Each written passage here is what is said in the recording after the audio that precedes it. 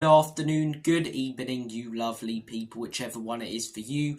Welcome back to Lilywhite Lane. I hope that you're all having a ruddy good day and week wherever you are in the world and whatever you are planning to get up to. Now, let's get cracking with this snacking and talk a little bit about this Saturday's game because it is absolutely massive in my opinion. Tottenham Hotspur versus West Ham at the Tottenham Hotspur Stadium. It's huge for Spurs to really close that gap on the teams in the top four in the Champions League places and the teams in contention for Europe. And it's also massive for West Ham to start picking up some form. But everyone seems to be talking about how bad of a start to the season West Ham have had apart from their latest win. As I say, how the football hasn't been great. It's been quite slow and poor and predictable under Lopetegui. Yet they're only 2 points off us. And if West Ham win against us on Saturday, they go above us.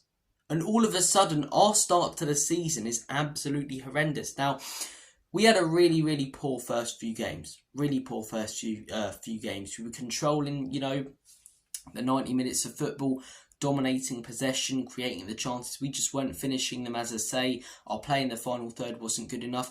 And teams were catching us out with our high line. Newcastle, for example, Arsenal with the corners. Teams were, as I say, preying upon our weaknesses. Few games after that, though, we went on a good run of form. 5 wins in a row. Very positive results and performances. And I thought maybe Spurs are turning a corner here.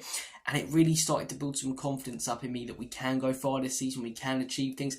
Then we lose against Brighton. And again, it's fine margins in football. All of a sudden, after everything was seeming promising about our season again, we're sat 9th. And if we lose against West Ham, we're in the bottom half of the table, That's how quickly things can change. And if we're in the bottom half of the table, as I say, having our worst start to a season in 17 years, 8 games into the Premier League, even more overall, serious questions have to be asked about this manager and what Tottenham Hotspur can, achieve this season. Because at the minute, I think our best shot of winning something is the Europa League. But Ange Postecoglou pre-season was talking about going for the Premier League. That's already out the window. The Champions League might be out the window if we lose this game. It's absolutely crucial. And it's crucial that we build that gap up again between us and West Ham. Because for a long time, the gap between us and West Ham was massive, 2010s, 2000s, West Ham fighting in the relegation battle, Spurs contending for Europe, not winning trophies. We haven't done that for a long time, especially under Enoch and Levy. But there was a huge gap, and that gap really got bridged, as I say, under David Moyes, especially during lockdown. That season, as I say, where West Ham finished 5th, they were contending for the Champions League, got to the Europa League semi-final. Obviously, we were competing to even get into Europe under Jose. And then a couple of seasons ago, although they had a horrendous season, we were contending for top 4 under Conte, I believe. They went on to win the Conference League and we didn't win anything. So, that gap, as I say, was so big for a long time. But in recent years, it's been bridged far more than it should be. Obviously, last season, West Ham far behind us. But this season, with the start that they made, a lot of Spurs fans laughing at them, as I say. Maybe we don't laugh if we lose this game, because all of a sudden that gap's bridged between us and West Ham, the club we've always laughed at. Everyone laughs at Spurs. At least we've got our little kid to bully in the Premier League. West Ham always, rely on West Ham to give us a bit of joy, like other teams rely on Tottenham. But all of a sudden we won't be laughing, because that West Ham side would have had a terrible start to the season, would be above us. And how bad does that make our start to this season? How big is that gap overall over the last few years between us and West Ham? That's the question I want to ask you guys. How big do you think the gap is between Tottenham and West Ham and where they're going? Because obviously West Ham have won a trophy. Yes, it's the Conference League. And the best way I say it is, yes, they won the Conference League European trophy. But that means they're technically the 91st best team in Europe. It's like being top of 3rd set in maths. Great. You're top of 3rd set in maths, but there's still all the people ahead of you in 2nd set and 1st set. You know what I mean? But they've still won a trophy, which we haven't. They've been contending for Europe at times when we haven't. Obviously, the last couple of years, apart from winning that trophy, they've been mid-table and we've been contending for Europe. But all of a sudden, they take over us. We're close again. That gap's being hugely bridged, in my opinion. It really is. It's a game we need to win. It's a game we need to win. I released a preview on the channel the other day. I went through the predicted lineup, as I say. I discussed a little bit about West Ham because they've got some good players. They've got some very dangerous players. Mohamed Kudus, Paqueta, and What I saw when I watched that game against Ipswich is they're finally starting to integrate some of the players that they brought in. There was so much excitement in their fan base in the summer about Tobido, about Wan-Bissaka, you know? These new signings that they were bringing in. I forget the midfielder that they brought in. I forget his name as a free agent. But they've brought in some players. Falkirk. Obviously, Falkirk played one game, got injured, you know, before and after. Wan-Bissaka barely any game time. Tobido barely any game time. But they've started to be integrated, those players. Lopetegui's starting to bring them in. It was only Ipswich, but they, you know, got a big result. And, it, you know, for us, we were 2-0 up, cruise control, and we, you know, completely threw it away. So although we won 5 games in a row before that, and West Ham have only won 1 in 5, you could technically argue that they're coming into this game with more confidence than us.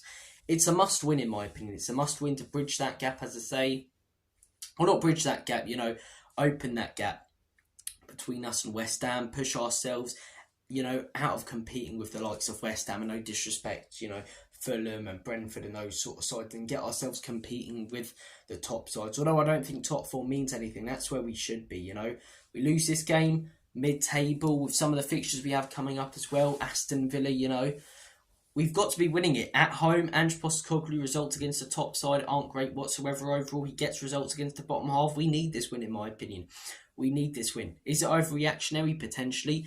But I said the other day, these next 5 games, in my opinion, could decide whether Ange Postecoglou is in a job by Christmas time. Because we don't get good results in these next 5 throughout the Carabao Cup. Europa League's looking difficult. And we're mid-table in the Premier League. You know, questions have got to be asked. But we win these games, we get good results, we're contending for top 4, the Europa League's looking really, really promising, and we've beaten the best side in the Carabao Cup. So these next 5 are crucial, and this Saturday for me is a must-win game. Obviously, every game you should win, and it's all well and good saying, 30 games left and then 29 games left. But then soon enough, the amount of games you have starts dropping. And this is one that we need to win. Not just for points on the board, as I say, and when you look at the table that doesn't lie, but for confidence in the team. We need to build back that confidence after that complete capitulation, in my opinion. It's a big, big game. I'm looking forward to it, despite the fact that we crumbled like a chocolate digestive in our last game. But hopefully, as I say, the boys go out there, step up. Ange Postecoglou makes substitutions, which he said was irrelevant. I mean, you know, I think he talks far too much, this guy. He does talk a lot of sense, but there's a lot of hypocrisy in what he says. There really is. He contradicts himself constantly. I want to go for the title. And then when you're not going for the title, it's a long-term rebuild and things are going in the right direction. Well, you said you wanted to go for the title. So by your standards, if we're not, we're failing at the minute. And then he'll say that we failed. And then he'll say that we're going in the right direction. And then he'll say that he's happy with the summer that we've had. And then he'll say that he thinks we need improvement. You know what I mean? He talks too much. But one of the stupidest things I heard him say, obviously the thing before the Brighton game is, as long as we entertain the fans. But substitutions are irrelevant to me. Substitutions are the reason you lost that game. Surely he doesn't believe that. And but then why would he say it to the press? For clicks or something? You don't care. You don't care how many people read the Times article that's put out about that, or the Daily Mail, you know.